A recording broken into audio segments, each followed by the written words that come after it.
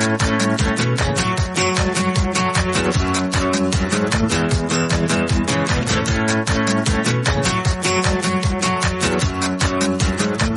to the Books Applied podcast, presented by WSL Leadership.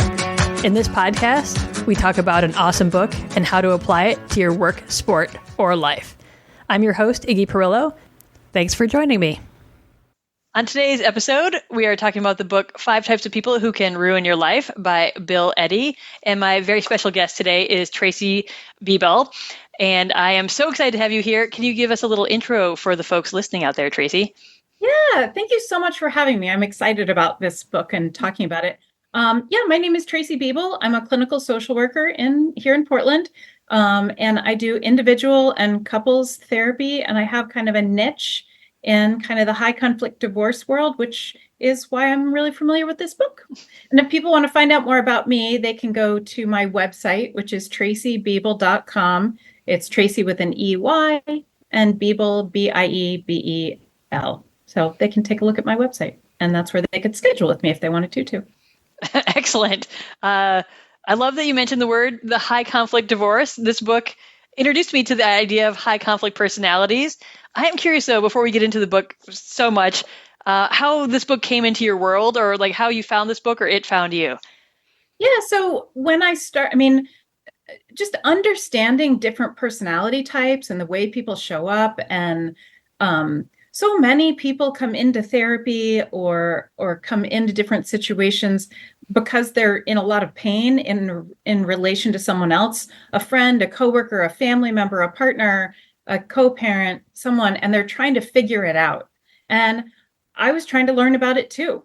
And Bill Eddy who's the author of this book, and he has a website called the High Conflict Institute, is a specialist he's both a clinical social worker and an attorney. And he specializes in working with high conflict personalities and people. And I found that his work was so approachable and so practical, and it made so much sense to send people to his work to help them understand the situation they were in. And I've learned a ton from his work. And again, I think it's so applicable. So I just keep coming back to him because he's got good stuff. Absolutely. I don't remember who mentioned him to me, which hooked me up to reading this book. A friend, I think he does seminars. I think he did a seminar in town for a friend of mine who is attending a seminar. I was like, oh, this book is so great. And so I immediately got it and read it, and have probably recommended it to someone every week since. Like, it's something that I'm like, hey, oh, you know what this could be? Why don't you read this book? Like, hey, here's some ideas for you. Because I feel like not in a non-clinical environment where I'm helping people manage conflict and working with difficult personalities and difficult situations, this really opened my eyes to the idea of like these behavior patterns. And he approaches it from this clinical mindset, which is, again, as an amateur, we hear these words a lot, like, oh, they're a narcissist. Oh, they're a sociopath. Oh, they're a blah, blah, blah. He does, I think, a great job of breaking down what those behavior patterns are. And I tell people, I'm not here to diagnose you. I'm just saying, here's a pattern. And this may resonate with what you're seeing, or may resonate with what is out there for you. And so definitely on the non-clinical side for me, but the official clinical side for you, it's great to hear that this just give you more ideas. And for me, it's like language around these things, which I'm sure you got probably from your background. Like, oh, this is part of training of being, working with people that you have done. What would you say? Oh, yeah, go ahead. Oh, I was going to say, I think he does such a good job of making it. Yes, he speaks to the clinical, but really, I mean, what we're talking about is 80 to 90% of the population kind of like plays by the rules most of us play by. And what you see is what you get. And everyone's flawed, but they want to own their own behaviors, and they want to learn from things, and they want things to go well. And you can usually sort things out with 80 to 90% of the population. But 10 to 20% of the population falls into this category with patterns of behavior that's confusing and painful for those around them. And I think him calling that out as high conflict personalities without diagnosing anyone, because honestly, I don't diagnose people with many of these things because that's not who comes into therapy. Mm-hmm. The people who come into therapy are the people who are in pain because of these people. not the people themselves. So Right. we're actually rarely talking about diagnosing these people. So it's really about, and what this book is really about, and I think everyone should read this book because it's 10 to 20% of the population, we have all run into someone that falls in one of these categories, or many people in our families, in our homes, in our workplaces, in our friend groups, there or our hobby communities, right? These people are swimming among us. They're everywhere. They're everywhere, and they're confusing, Hmm. right? Hmm. And we spend a lot of time trying to figure it out. And I think what this book does is give us that, like, oh, it's that. Oh, well, I have tools for that. Yes, absolutely. I think you totally nailed it. This, once you start to, and he talks really about how to recognize the different patterns.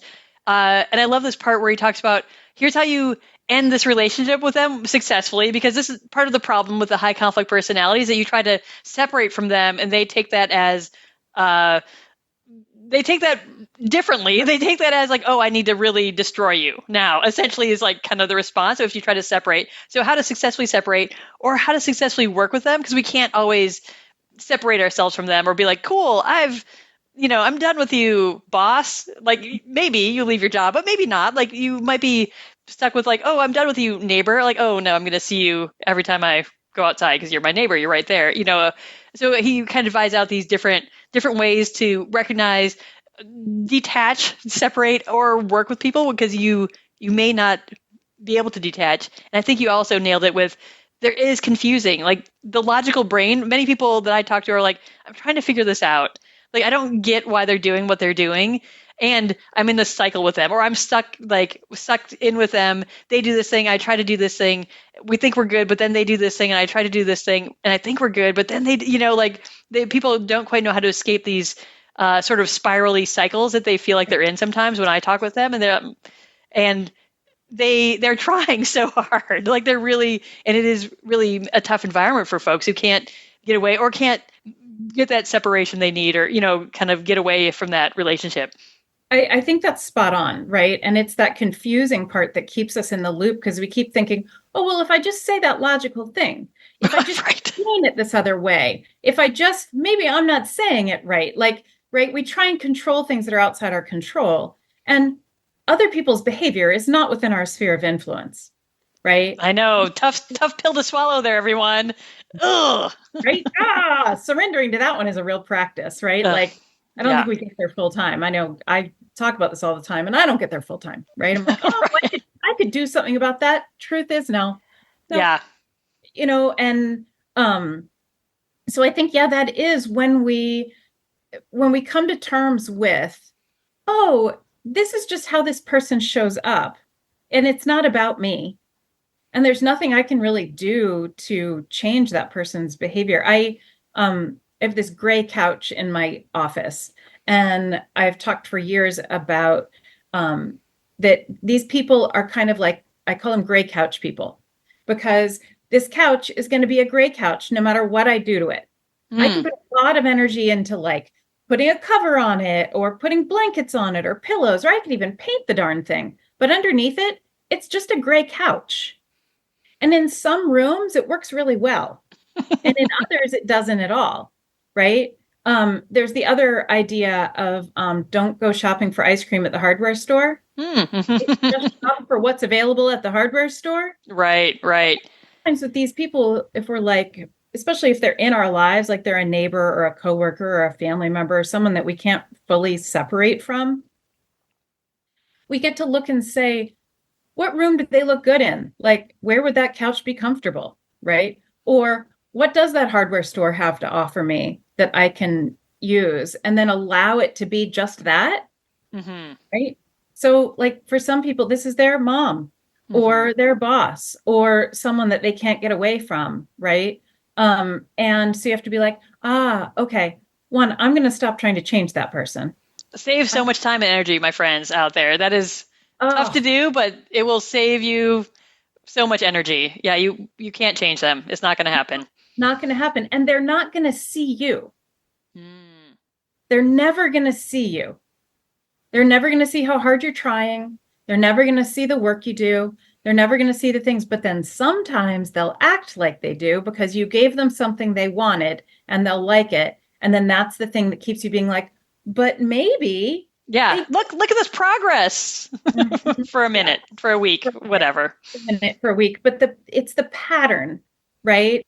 It's the real pattern of behavior. So I think some of the things we look at is those patterns, right? And that's what I think he does a really good job with in this book, right? Is that well, let's break down the book a little Yeah, bit. sure. I love it. I think the structure is really great. So he talks about a couple things, right? One, if we just say like what the high conflict personality is, most people try to resolve or diffuse conflicts. That most of us don't want the conflicts to continue. We want to resolve them, right? Yeah. People with high conflict personalities respond to conflicts by compulsively increasing them. Like this is the person who, no matter what you do, you're like, why can't I get out of this? Or I think I get out of it, but then it comes right back. Like I'm always in conflict with this person, or this person always has an enemy somewhere. Right? And they'll say they're trying to fix it though. I think he does a good job of being like, oh, they're like, they're so bad. Oh, I'm trying to work on it so hard. I'm trying to fix this. Right. And you're like, with everyone. Yeah, like you hear the story from them over and over sometimes. Right. And if you pull back and you look at whether words and actions match, words say they want to fix it, but their actions are making it worse. Right. Yeah. Right? So words and actions matching. So the way they make it worse, usually, and what he talks about is focusing on the targets of blame, which are like the people they've targeted and who you do not want to be. Yeah. You want to stay out of being the target of blame, although sometimes you can't. Yeah. Right? You just sometimes can't. But they will mercifully attack their targets of blame verbally, emotionally, financially, their reputation, sometimes violently, for months or years, even if the initial slight was like, you don't even know what you did. Sometimes you don't even know what you did. You can't even figure it out. You're like, if I could figure it out, I could apologize and then it would be better, right? No,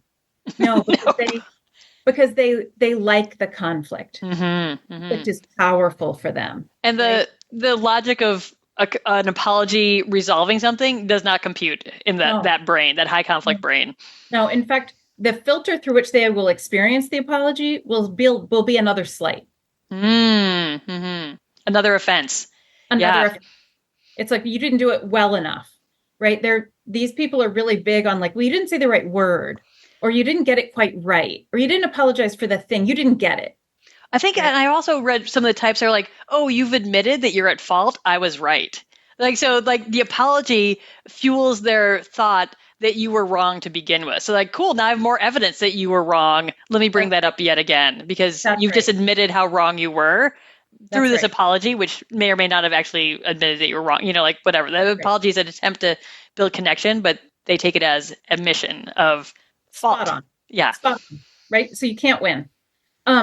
So, right. And targets of blame are usually someone close to them, coworker, neighbor, friend, partner, family member, or someone in a position of authority, boss, department head, police, government agency, something, right? Although sometimes it can be completely random. They just decided that you were a good person to target. Yeah. Good luck, everybody. That green shirt on that day, and they have a green shirt on, and you wore the same one they wore trying to do something. And you're like, you don't even know about it. So there's the different types, right? So let's go, like he says the 5 types.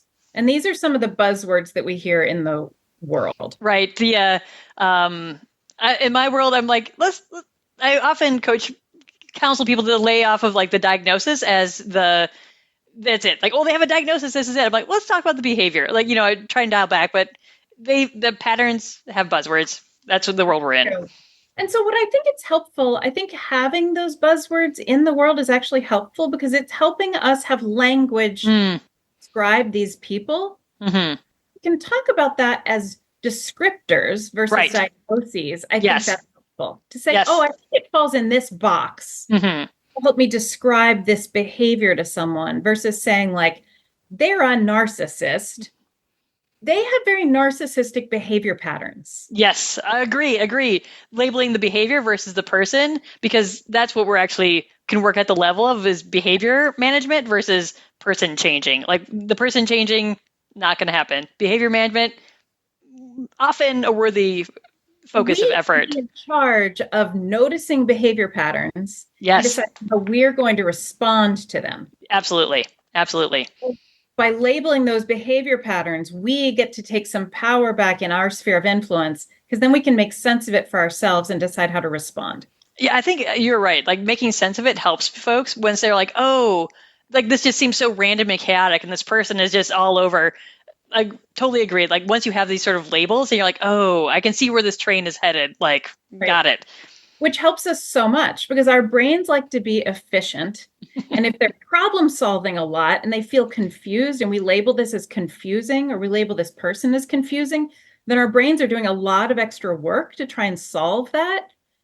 But actually, we already see the pattern. We can believe ourselves. Yeah. Yeah. Yeah. He mentions this like your diagnosis, your labeling is like your intuition. Like, do you feel one of these ways around this person? It could be this pattern that your subconscious is putting together that maybe your brain hasn't labeled yet for you. But yeah, Right. it's, Right. So I also think about when we think about trauma, because these people bring traumatic experiences into our worlds. Because trauma, if we define it as not having the resources to make sense of a event in the while it's happening in real time, mm, that's how we can define trauma, right? So when we're confused by someone's behavior, that can be defined as trauma, little t trauma, right? Maybe, but it is a trauma because it's confusing and we don't have the resources to make sense of it in the moment. So if we think of our experiences as like, I think of it as a memory library, right? So we've got these bookshelves of shelves of books, and they're all organized and like beautifully organized, right? beautiful Traumatic, bindings. Yes. oh, so many, right? Beautiful. And the traumatic memories are in a big pile on the floor. Okay. They haven't been organized and made sense of. Mm-hmm. So if now when these people come at us, if we're like, oh, I know what shelf that goes on. Mm-hmm. Mm-hmm. It goes on the, oh, this is narcissistic behavior shelf. I can just put it right there. I don't have to be confused by this anymore. So it doesn't take as much brain energy. It's not as draining. Yes, absolutely. Absolutely. Let's get into these types a little bit. I mean, there's only five, which is also handy. I love a good Right. simple model with not 400 subdivisions of everything, but there's some. I mean, he does get into more detail. I think we're going to probably hit the high level, and he's like, oh, there's sort of this version and this flavor, and yes, and we'll start with the big pictures for sure. Let's hit the top five. So narcissistic, they seem charming at first, but hey, they have such a sense of superiority, right? So they insult, humiliate, mislead, and lack empathy for their targets of blame. And they also they demand constant, undeserved respect and attention from everyone. Here's another thing about them: they don't play by rules because rules are not for special people. And they think they're so special that if they follow a rule, then they will prove they're not so special. Okay, You'll okay. notice that about them, that they will challenge, and it could be little tiny rules like don't use the blue highlighter on that. We use the orange one, but they always use the blue one. And you're Mhm. like, really? Just use the orange one. And they're like, no, Right? It's no. reinforcing their sense of superiority and uniqueness. It sounds like. Exactly. And if they follow the rule, it will prove that that's not true about them, that they're not Hmm. special. So they won't. So that's a thing they often do. And like to me, it speaks to this sort of sense of like fragility, right? Because they're moving through the world, and he's speaking of people that are just out there in our world. These are not folks that are like off in No. some institution or jail or anything. These are the people we run into day to day, right? So these are maybe small things. They're like this like very small example because it's still representing this pattern. And I mean, that's a very benign example. Then they get more and more and more like, well, Well, this rule doesn't apply to me. This also doesn't apply to me. I can do what I want. Like I'm the boss here, regardless of my role. May not be boss Right. in the title, but like this is how I can operate because of this is how I see the world. That's right. That's exactly right. Yeah. And that's why I said the highlighter example, because you're like, well, it's so simple, it's so little. But it'll be little things like that you'll notice about people and be like, oh. And then some people you'll see the bigger things too. The borderline, right? Yeah, So interesting. yeah, it is. It's interesting, right? So they often start out really friendly, but they tend to be more volatile. The narcissistic personality tends to not be quite as volatile. They tend to be more condescending and savvy. Hmm. The Hmm. the person with the borderline traits tends to be more volatile in their relationships. Not always. They have a lot in common. The two, they have a lot in Hmm. common. But they can suddenly and unpredictably shift into being very angry, and then they can seek revenge for minor or non-existent slights. Hmm. Um, and they are known for really launching vicious smear campaigns Hmm. Hmm. against their targets of blame that can involve verbal abuse, physical violence, attempts to destroy reputations. Like this pattern of behavior is like pretty dangerous to people's like work reputation. Hmm. Like they will really try and take you down. The Hmm. narcissist might kind of bat you around and play with you more. The borderline would really like to take you down, And I right? loved like his the title of this chapter is "I love you, I hate you" type. Oh, Like yes. I love you, everything's awesome. Like the whole love bombing, like Oh, yeah. as a way to like lure you in a little bit, and then Yes. snap to like I hate you, you're an Yes. enemy. So all of these personality types will do this pattern of overvalue, devalue, discard. Okay. Overvalue is the love bombing. You're like, Mm. oh my God, this is the best drug I've ever been on. This is like the most amazing person. Oxytocin, dopamine, serotonin, like they are hitting all the stuff to get you addicted to them.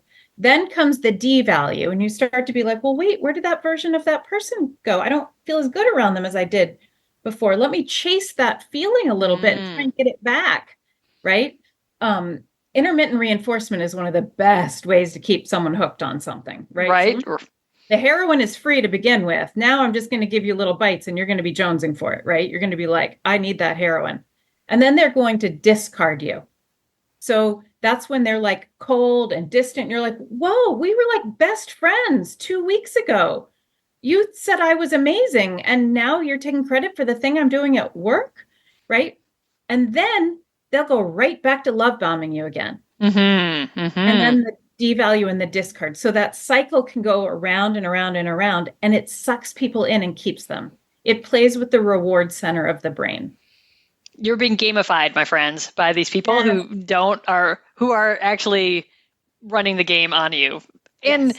and I would say there's this interesting part where is it conscious or unconscious on their side, and maybe it doesn't matter a little bit. It like I Yeah. think he does a good job of being like these are people with these behavior patterns, and they're not like necessarily thoughtfully trying to manipulate you. This is just how they operate in the world for everyone at all times. This is just Yeah. their That's right. cycle of behavior. They're not like, oh, you know what I'm going to do? I'm going to be a narcissist this year. You know, like it's not a choice. It is yeah.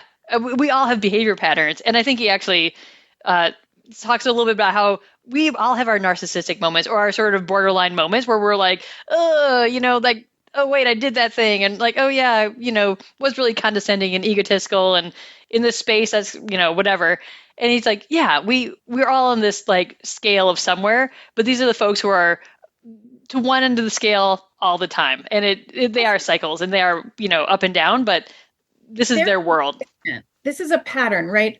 Hmm. And the difference is that, and I think this is where it gets really tricky because people will be like, well, I do that sometimes. Hmm. Right? But you have insight into it. You own it. You repair it with a person. You are like, oh, I don't like that about myself.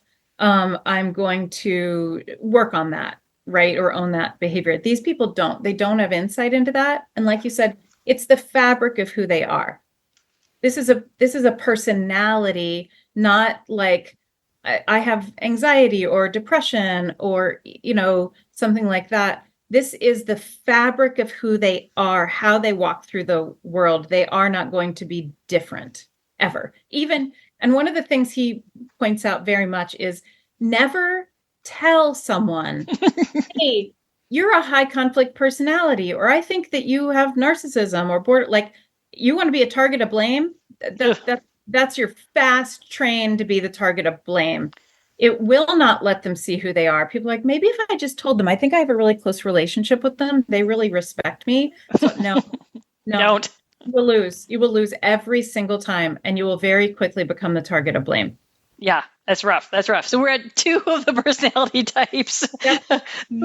They get more challenging as we go Yeah. along, right? And I feel like those are both really common. Like narcissism, I feel like is very much in the world we live in. Borderline, I think that terminology has gotten more popular in recent times, but like that, like love you, hate you, kind of back and forth. Like I think people, that's pretty recognizable. Yeah, but carry on. Yeah. There's more. The next one is antisocial or sociopathic, right? These people can be incredibly charismatic also, but their charm is a cover for their drive to dominate others through lying, stealing, humiliating, physical injuring. And in extreme cases, these are the people who will kill you, Ugh. right? That's And not they great. are they're remorseless and Mhm. aren't and don't have a conscience, right? So a lot of times you can kind of feel, if you listen to your body, you'll feel yourself around these people have some sort of response to all of these, but especially the antisocial or the sociopathic. Like many of us, if we tune into our bodies, can feel something's off, Mm-hmm. right? Mm-hmm. Um, but they show up, many of these show up looking a lot alike. Mm-hmm. Mm-hmm. So the next one is the paranoid. They're super suspicious, constantly fearing betrayal. The borderline also feels a lot of worry about betrayal and are very suspicious too, but the paranoid, it's at a different level.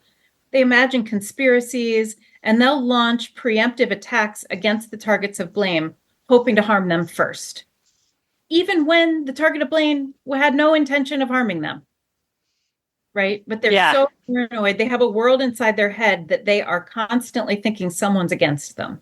I feel like the borderline is like, I want you to take care of me and help me, and I'm worried that you're not helping me and taking care of me. But the paranoid is more like, you could stab me in the back at any second, so I'm gonna like get out there first. The borderline can do that too. Okay. So it's tricky. Here's the thing. You don't have to know which one of these will work. Right. True. Good You don't. point.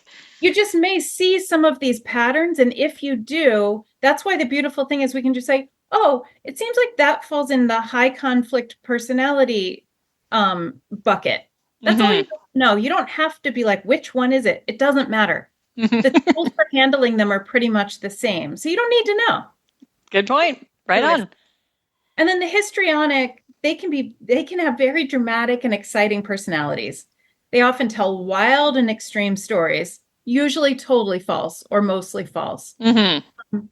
Over time, they can be very harmful and emotionally draining to those around them, especially their targets of blame. Because you're like, oh, wow, on that plane flight, again, you sat next to the very best, whatever, the very best tennis player in the world, the very best financial planner, and then they asked you to be in their business. Wow. Wow. That's exciting. Are you going to do that? No, no, I'm not going to. I like, wow, but you're special, right? I mean, just like wild stuff. Um, so those are the kinds of things, it's really the things that come out for all of these people are and he talks about these, right? The things we'd look for are interpersonal dysfunction for everything in any of these buckets, right? The person causes repeated problems in their relationships, usually by attacking others, withdrawing from others, exacting revenge, or expressing some kind of extreme anger. They're just really hard to be around, right? So they often have enemies or just unstable relationships, a lack of social awareness. They're oblivious to how they create many of their own problems. They cannot see their part in the problem or how they create most of their own problems. They won't see it. And if you try to tell them that, they will hate you for that. So Oh, yes. You want to don't, be a target of blame? Point that out. yeah, point out how Right? they're causing their own problems. Nope, bad No, idea. no, bad idea. Um, Lack of change. They rarely change what they do, no matter how much trouble it causes them. Hmm. They will cut off their nose to spite their face. They will double down on something that doesn't serve them. And you're like, it doesn't make any sense. And they will do it over and over again. Right? Mm-hmm. These people are actually very predictable. Oh, which is the pattern part, which is helpful for those of us Very a predictable. step who can step away enough to see those patterns. A big thing I tell people I work with is I say, sit back and watch the show, right? And then another phrase I like is, oh, that's on brand. Oh, Mm-hmm. yep, that's on brand for Susan. Yep, that makes sense for Joseph, Yep. right? Yep, that's a predictable, that's on brand. Sit Mm-hmm. back and watch the show. You're not in the show. You're like, oh yeah, that makes oh, they're doing the thing again. Oh, I see where that's going. Um, And that's like a great technique to separate yourself from getting sucked in and sucked in and sucked in. Like, oh, even when they're super awesome and nice, like the charismatic love bombing like yes, sides, you're like, oh, this is how they really feel. This is the angry, sad, like hurtful side. That's not really them, but they're this nice one. They're not the bad one. I'm like, watch both parts of the show. Like watching the right. whole thing helps. That's right. That's right. And if you can see it, you're like, oh yeah, oh, here comes the love bombing. Mm-hmm. Mm-hmm. Oh, this is where they're nice again. And then when Yep. I set a boundary with them, all of a sudden I'm not on their team, right? Because with all of these people, you're either on their team or you're not on their team. And if you're on their team, you can feel really good. That's where the like you can get really reinforced. They know how to reinforce you to be on their team. But as soon as that doesn't work for you and you try and set a limit around that, like oh, that doesn't work for me. I can't help with that. Or oh, mom, that weekend doesn't work for you to come visit, right? Then the next thing, oh, well, okay, you're selfish. And then they'll emotionally punish you to get you so uncomfortable that you'll get back on their team and be like, oh, well, we can probably move some things around and make that weekend work. Oh, honey, thank you. Oh, Mm-hmm. great. Now you're back on the team and you got soothed. That little kid inside you who got worried got soothed. And now you're like, oh, I guess I don't get to have real boundaries. Mm-hmm. Mm-hmm. Right. So they're very good at getting their own needs met by using these really manipulative strategies. But it's just the only way they know how to get their own needs met. And they're not going to learn different ways to do it. I mean, he says like if they really want to and really try, they could. I mean, Sure. like there is a chance, it is extremely unlikely that they really want to really try and put any effort into doing that. The problem is they just don't. Yeah, that's Right. So it's like they generally have the intellectual mhm. capacity. These are not stupid people. These are not people that we would look at and be like, from a distance, be like, oh, that's one of them. We would not know No necessarily. way. No way. They tend to be very intelligent, charismatic, savvy, successful, like all of these things. So if they wanted to, they would. They don't. Nope, it works for them. There's some level where this is working or meeting a need for them. I would say working is debatable, but like it meets their needs in a way for that energy that energy need is being met through these behavior patterns. So they're just reinforcing that over and over. Right. And the way their personality profile works is that high conflict and that discord um, serves them. Mm-hmm, mm-hmm. And having someone else like if you look, you'll see they love to be the hero or the victim, ideally at the same time. Yeah, which is interesting. Which I Yeah. mean, fascinating. Right. So if you watch, you're like, oh, hero, victim, hero, victim. Ooh, they hit the jackpot, hero, victim at the same time. Mm-hmm, mm-hmm. Right. Yeah. Love to be the hero and the victim at the same time, right? Like, well, I'm just trying so hard here. I did everything I could. I gave up my weekend and worked on that project, but it's just not good enough for you. Like hero victim, hero victim. Yeah. I swooped in and did all these things, but it's just not good enough. And Mm. someone's like, "Oh, you gave your whole weekend? Why didn't you?" Yeah, well, I mean, that's just who I am. I did that. It's like, no one asked you to do that. Right. We didn't actually need that done, but okay. No, Great. right? We didn't need it done. It wasn't done well, but now now you're the victim of us because we're telling you the weekend you gave up was not what we want. What? Yeah. And now everyone feels icky and Yeah. needs to like, make this person feel better and be like, well, of course you should have Monday off. You were here all weekend. Mhm. What? That's weird. We needed them here. What?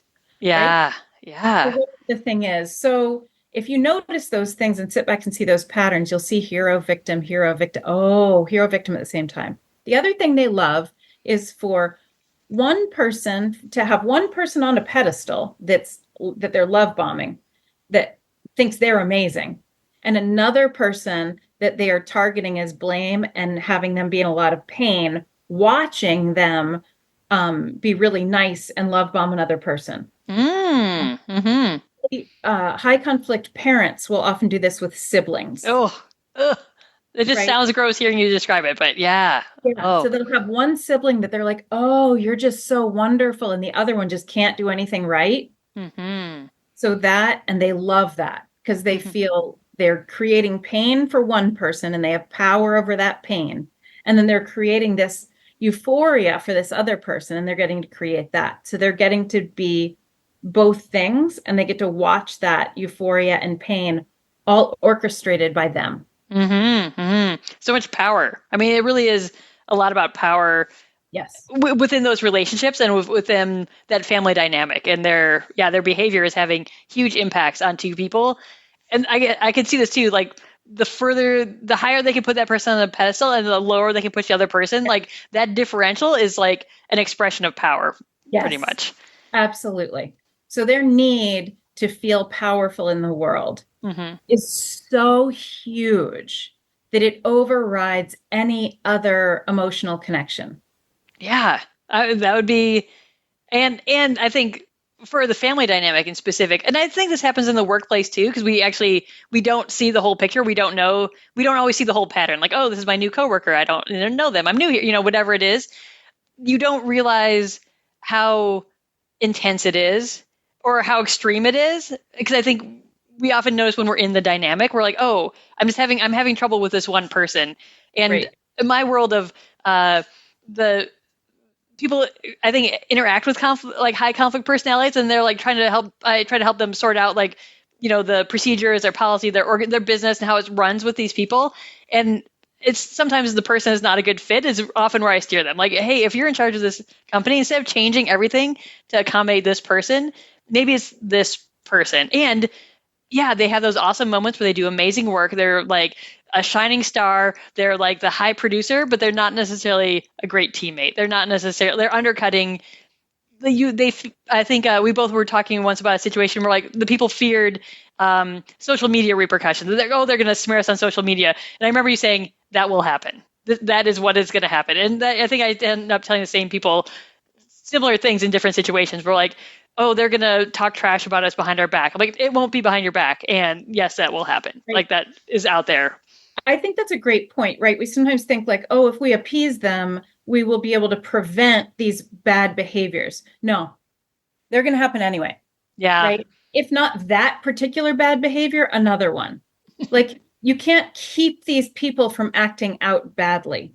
So when we try and appease them, or we try and like, well, not set limits, or we walk on eggshells around them, or we try and, do something, it's like you're not making it better. You're not No. actually making it better. And, I think some of what Bill Eddy does in this book is give some kind of clear tools, which I think are Yes. helpful. And so I wanted Yes. to get to some of those. Yes, definitely. Which I, Just everybody read the book. There's yeah, so much good stuff in here. it is not a terribly long book, I would say. Like less than 200 pages, worth it. Worth every page. I mean, And there's a skim couple of it. parts where I'm like, I don't get it, but whatever. The Sure. tools, And the useful skim, part. skim, Yeah. skim, skim, and find the stuff that works for you, right? Find the pattern you're seeing now. Like each pattern is a chapter. You just read how to ID this pattern. And you're like, yep, them. Here we That's the go. one. Now let's skip to the what do I do about it, right? Yeah. He calls this one of the methods he calls is the web method SM. Um, so he calls it it stands for words. Do the person's words fit the high conflict pattern? So you get to look and say, does that fit? And you get to be like, yes, no, right? That's logical. You can see it, right? Emotions. What do you feel when you're around this person? When Mm-hmm. you're around them or think about being around them, how do you feel? If it's confusing, here's the thing. Healthy adult relationships are not confusing Mm-hmm. ever. They might, you might have a bump in the road and then you talk to the person and it gets resolved. You might have something come up because people make mistakes, but they're not confusing. Or Mm-hmm. if you are a little confused, that gets resolved quickly. If Mm-hmm. you're regularly confused with someone, something's up. Yeah, and I'd say confusing to me, it's like I don't know where I stand with this person. I feel like Yeah. that's like the vibe where you're like, if that's your day to day is I don't know where I stand with them, that I think is a one of those types of confusion that is not uh it sounds like not typical for healthy adult relationships. You're spot on. Yep, just that. And then the other one is behaviors. Has the person behaved in an extreme way? And extreme doesn't mean like they went and, I don't know, did something super wild and crazy. Extreme way can be like, whoa, that was a 10 on the emotion scale when that Hmm. made more sense to be a 2, Oh, okay. right? It's like that wasn't that big a deal. Like you got a flat tire and it was no one's fault. And now it's everyone's problem at work today, right? Mm-hmm. Or, you know, they're like, did you see how so and so, talked to me in that meeting? And you're like, no, I, Hmm. I didn't notice that. Well, they were very snarky. And you're like, I think they were just distracted. I don't like Hmm. Hmm. whatever that thing is. And they make it about them. And you're like, that feels weird. Hmm. Just listen to yourself, right? Um, they talk about being aware of excuses that justify extreme behavior or words because of stress or tiredness or unusual circumstances. He talks about the 90% rule. Like if Yes. 90% of people wouldn't act this way, Hmm. then it's weird. Yeah. Look for the unusual thing. Like that's unusual. Yeah. And I think you gave this great example of like, oh, if they get a flat tire on the way to work, they're late for work, and suddenly they're yelling at everyone all day. Like their vocal tone is like super high, super loud for a whole day. And you're like, this does not connect. Like this is not, or I think I've seen the other side where folks are like, oh, they hate me because I'm a woman, because I'm blah blah blah, because of like an identity trait. And so they look to other people's behavior when you're like, oh, I think they just brushed you in the hallway passing you, like, oh, they're after me. Like, Yeah. and you're like, I think they just brushed past you because they had their arms full. Like, I don't think they Yes. hate you because of who you are for any, pick any trait that could be, Right. that you Right. have. I think I see that sometimes where like, yeah, that little, and other people are like, I was right there. I'll talk to other people like, I was there, I didn't see it, or I missed it, or like, I guess they bumped them, like it just, anyone else around it would be kind of confused by that level of reaction from Right. that That's right. situation. That's right.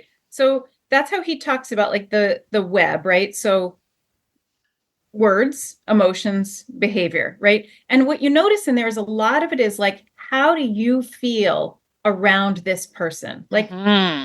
self. Trust yourself instead of being like, oh, it must be me. Maybe that's just me. Maybe no, no. If you're feeling that way regularly around a person, something's up. Yeah, yeah. Like tune into yourself and your body.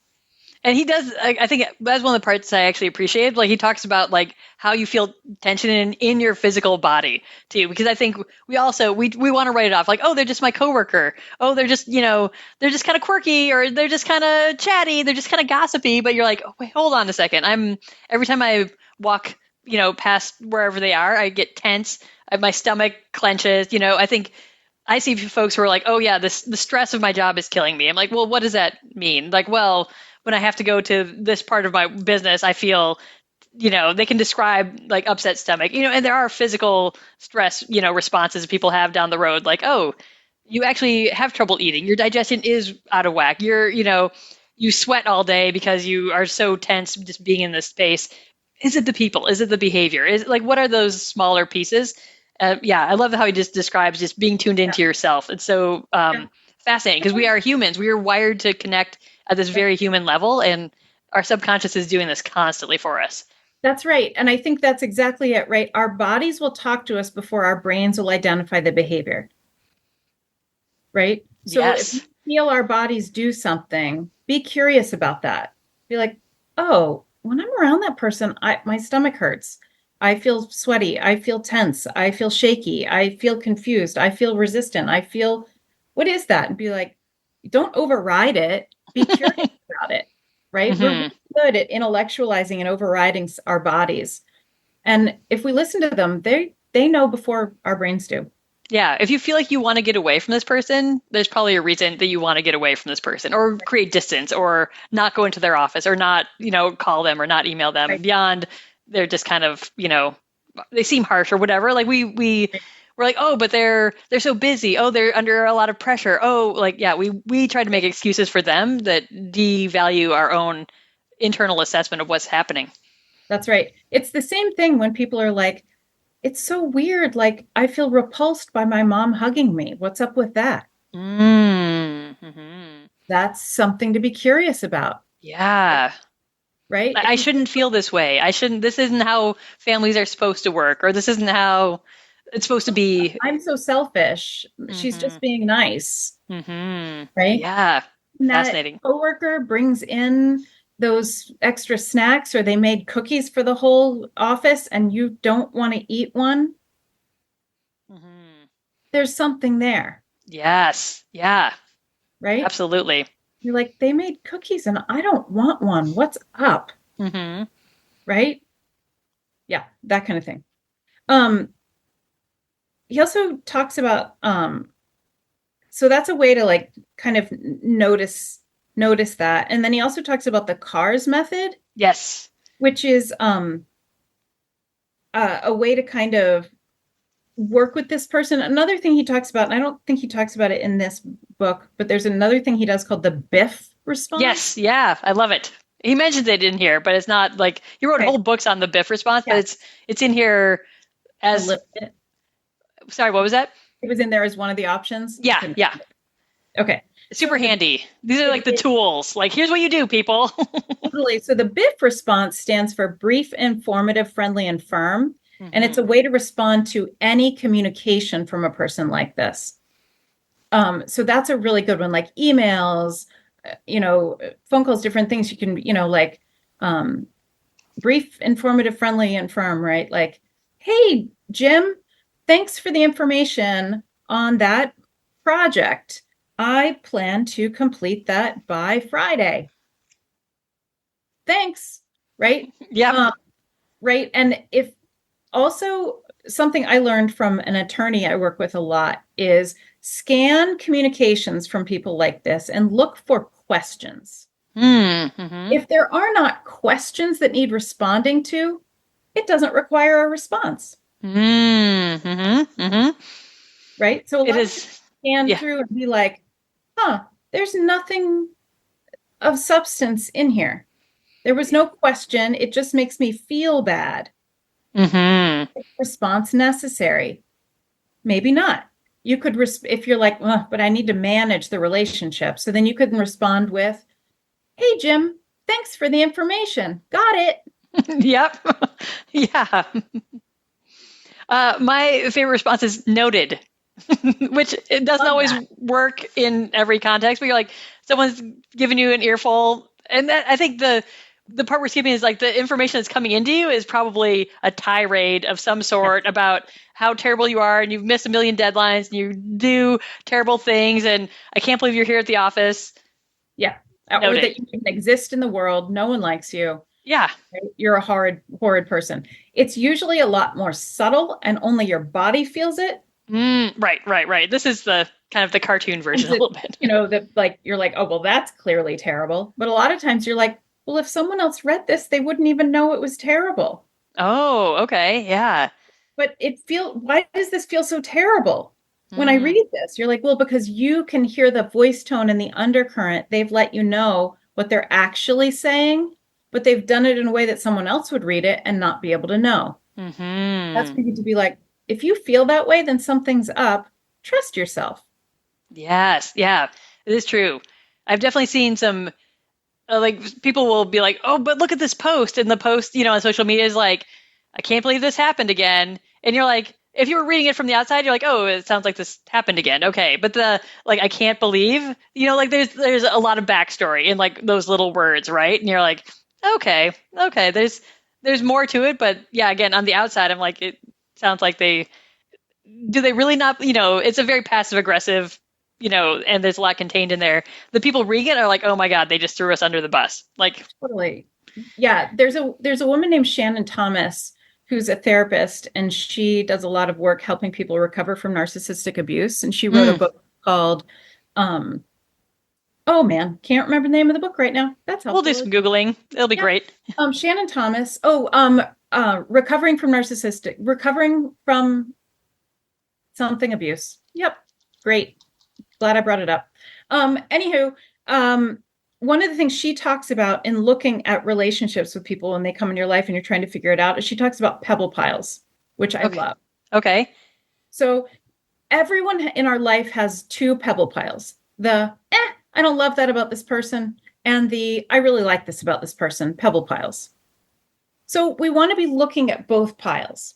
So Mm. when we have a new coworker or a new friend or neighbor or partner or any of those things, we want to be noticing the things that we're putting in those pebble piles.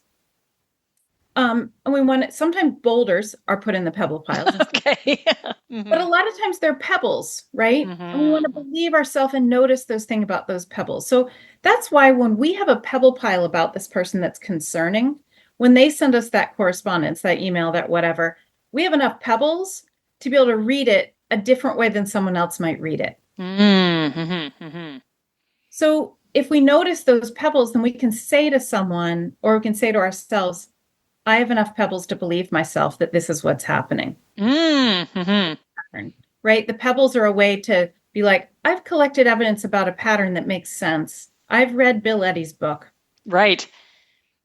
right? And so I can see this and I can notice these patterns.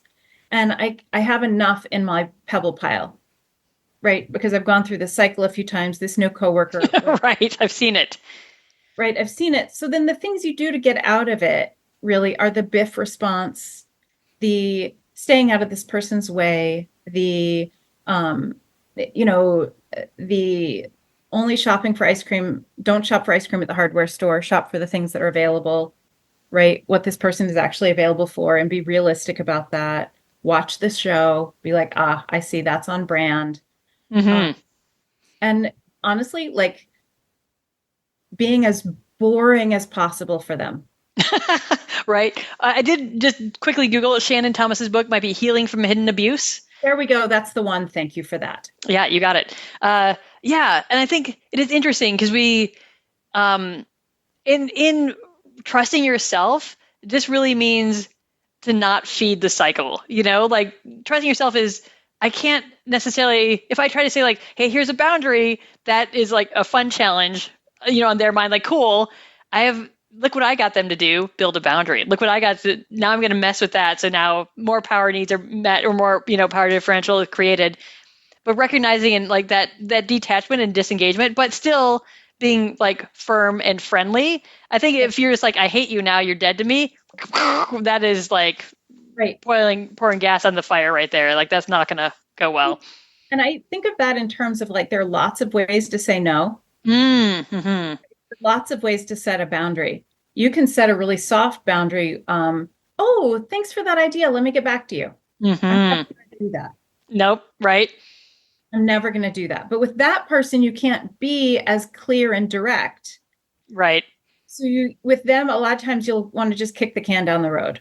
And I think this other beautiful part is, oh, there's a policy. This is just policy here. Like he talks about sort of outsourcing it to like a policy or a rule that is not you. You're like, what can I do? It's the rule here that we can't, whatever, do something that they want to have happen or whatever it is, and really on my side is like, let's create some thoughtful policies that can support you in limiting behavior you don't want to have. Right. And so that like, let's make some good rules that like can be applied. I'm trying to think of some examples, but the idea of being like, oh, we can't just they said something weird about us on social media, we can't just blow them up on, we can't all flame them. That's actually, we have a policy against that here. Our social media policy is to just be positive and supportive about our brand and not talk about other brands, right? Even though they're like, let's throw them under the, like let's start a war. Like, sorry, it's against policy. We can't do that. I think it's perfect, right? So the clearer the policies and the more you can fall back on policies and be like, it's out of my hands. Like, talk to Jim about that. He's the policymaker,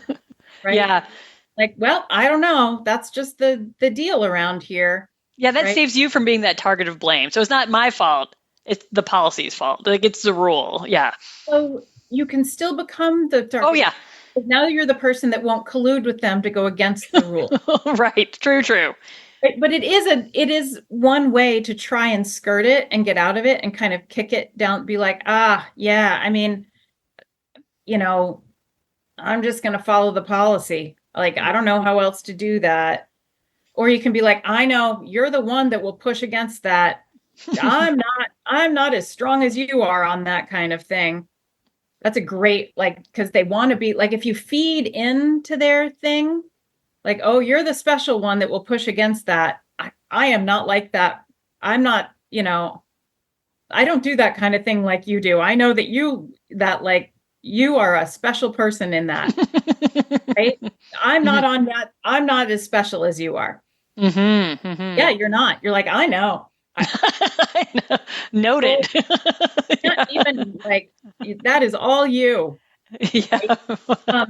Sometimes those kinds of things, right? Or kicking the can down the road. You just don't want to take these people on head on because you can't win.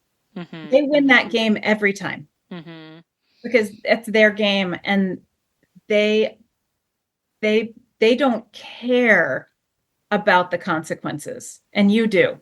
And I think he also describes it as being like ridiculously relentless. Like, this will not go away easily or quickly. Like, the logical person who's like, oh, that didn't work. That sucks. I'm going to put my energy elsewhere. That may not happen with these folks. Like, the redirecting their energy may not happen. And he talks about like for years and years, like ongoing, indefinite, like you are the problem. You are the target of blame. So that's it. Yeah. I mean, it's really hard to get out of it, like almost impossible. I mean, ideally you get away from this person or you limit your contact with them so much. And sometimes that means changing jobs. And sometimes that means really limiting contact with a family member. Sometimes that means, if it's a neighbor, man, that's a tough one. Right. Yeah. But sometimes that means like just keeping to yourself more or doing different things but like the more they love a target of blame that will give them something to play with because it means you're the exciting toy in the room. You don't want to be a fun toy. No, don't do it, people. Don't do it. Right. So, and the fun toy, it can be either being their friend. That's a fun toy to play with because they'll toy with that. It can be being their enemy. That's a fun toy to play with. It can be, just being a person trying to set clear boundaries. Right. So you want to just try and get out of their line of fire as much as possible. Because this is enjoyable for them. The conflict is enjoyable. It meets a need for them. And it doesn't for most of us. And that's the sad part, right? Because we're like, no one works that way, right? They don't want to be in conflict. Yes, they do. Even though they say they don't, yes, they do. Watch their actions, right? Yeah. Rarely for people like this do their words and actions match. Oh, you said I couldn't flame this other people, talk trash about them? I'll just do it for my personal account then, if the organization won't. And we're like, no, bad idea. Right. Yeah. Exactly. Yeah. Or they'll go around the corner and try and get, right, what's called, I can't remember what Bill Eddy calls them, but they're known as flying monkeys. Yeah. The negative advocates. There we go. Negative advocates, also known as flying monkeys, right? So, and the reason they're called that is the Wizard of Oz was a narcissist, right? Because he was behind the curtain. It's all smoke and mirrors. None of it's real. And he's running the whole show, but he's actually really a tiny man. right? Hmm. Hmm. The witch had those flying monkeys that would go around and do her bidding, right? Hmm. Hmm. So the negative advocates, the flying monkeys, they're people that are on these people's team that will do their dirty work for them. And Hmm. that's very powerful to them. So they'll get someone else to kind of go around the corner and try and get you in trouble, or, you know, talk about you behind your back. Like, it's like the mean girl table. And, I mean, these people are so emotionally immature. Yeah, and I think they get the negative advocates to just build them up to Yes. support them either being the hero or the victim or both, right? These are the people who are like, well, of course they're a victim in this situation. And can't you see that all like the story that the negative advocates amplify is the story exactly that the high conflict person wants everyone how they want to be seen. And so this is like the PR committee basically. That's right. Which speaks to those people's wounding and that Mm, they're trying to get met, hmm. right? How they got sucked in by this person. It speaks to their childhood experiences and how they're trying to get their needs met. And we're all just trying to get our needs met, and some Absolutely. met in ways that are more workable to the people than others. Yes. And the difference though with the negative advocates are they are not that 10 to 50, 20% of high conflict personality. They can see reason at some point. They may or may not, but it is possible that they could. Well, often they will then become the next target of blame. Yes, right? They've left the fold of the high conflict person. So Yeah. They that's try rough. and set a limit, or they do something like the tables will get turned on them very quickly. And then sometimes they'll just work really hard to get back in. Other times they'll be like, oh, now I see. Yeah. Suddenly their vision of this person, the hero slash victim is yeah, Mattered. they get the reality check sometimes. And yeah, Yeah, people those relationships can be messy for sure too.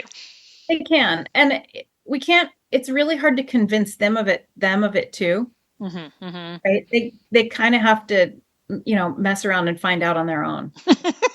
Yeah, yeah.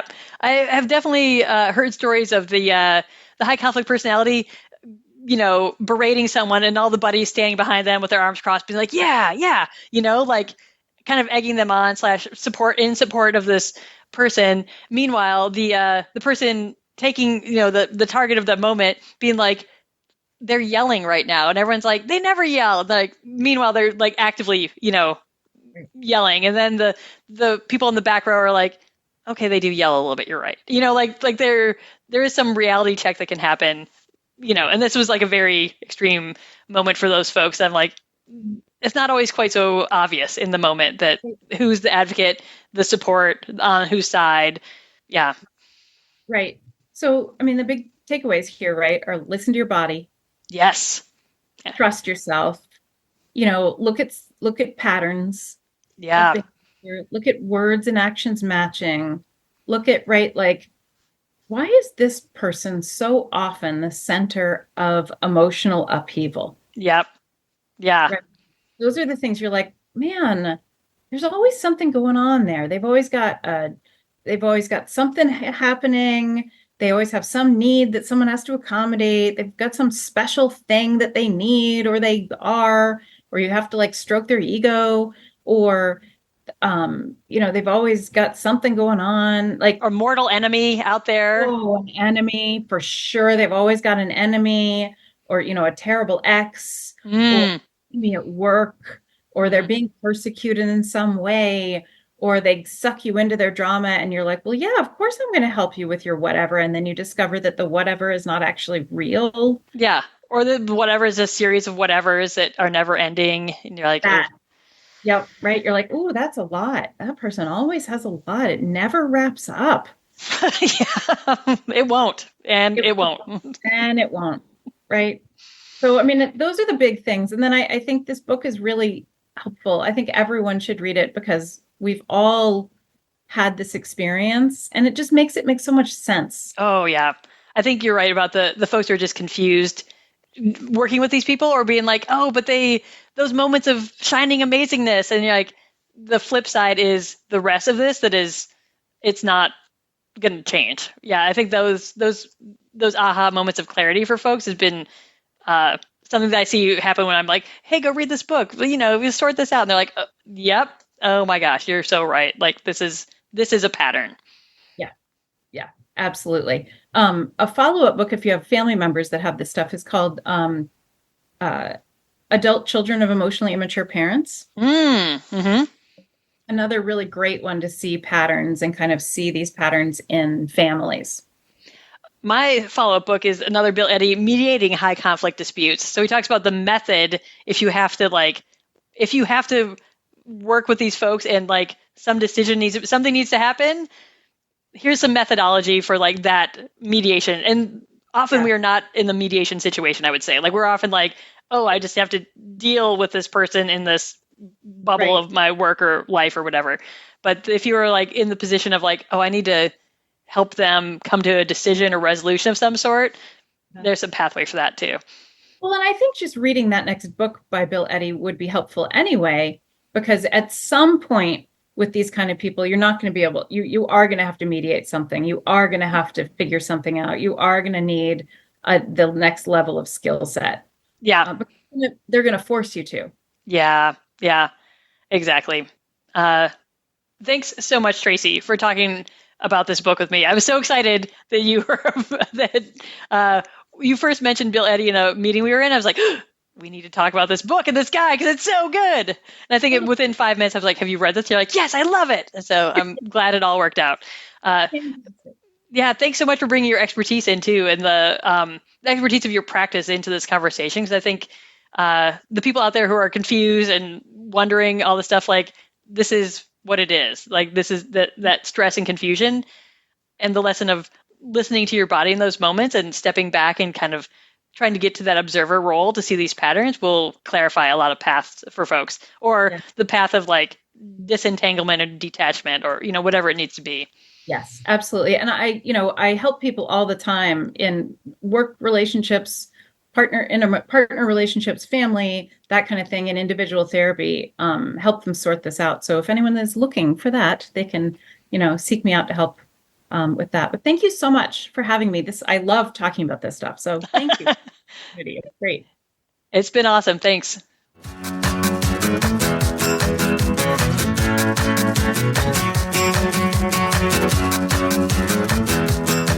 Thanks for joining us for this episode of the Books Applied podcast. I hope you enjoyed getting to know a new book and learning how to apply its ideas to make your work, sport, or life a little bit more awesome. For more leadership education-related content, including conflict management checklists, invitations to a fun free lunch that happens monthly, upcoming classes, webinars, and mastermind groups, please head over to wslleadership.com. Thanks, and have a great day.